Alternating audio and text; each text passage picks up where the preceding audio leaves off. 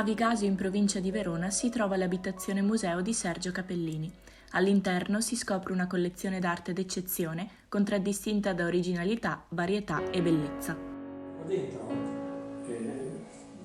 ci sono già una cinquantina di sculture, una decina di legni, una decina di marmi.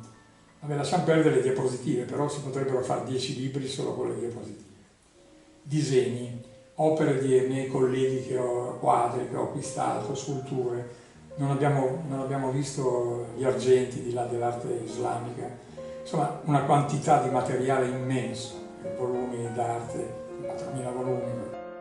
L'artista è anche fondatore di Isolart, un'associazione culturale che ha l'obiettivo di promuovere la conoscenza della storia e dell'arte. Ho chiesto ai miei amministratori, io voglio regalare tutto quello che c'è qua dentro alla mia comunità.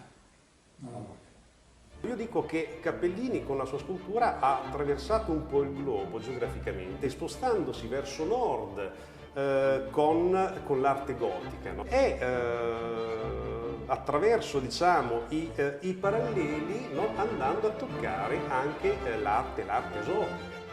Come sostiene Giovanni di Brindisi, Capellini assorbe svariate influenze pur sempre mantenendo un legame tecnico e stilistico con gli artisti storici. Lui, secondo me, è stato l'artista, lo scultore che ha determinato quel punto di svolta di traghettamento proprio dell'arte moderna, cosiddetta, quindi dei grandi storici, nella contemporaneità.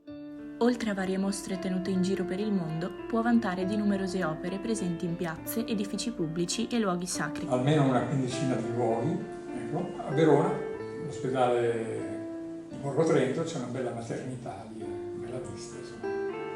Ho alcune opere nei musei, in Giappone nel museo di Hakone, che è uno dei musei di scultura più grandi del mondo, a Nagoya, nel museo di Nagoya. Una delle più belle mostre che ho avuto la fortuna, così per il mio merito, di partecipare, è quel libro lì arancione, dove c'è la scultura di Arturo Martini. Mario De Micheli, il più grande storico e critico dell'arte italiano,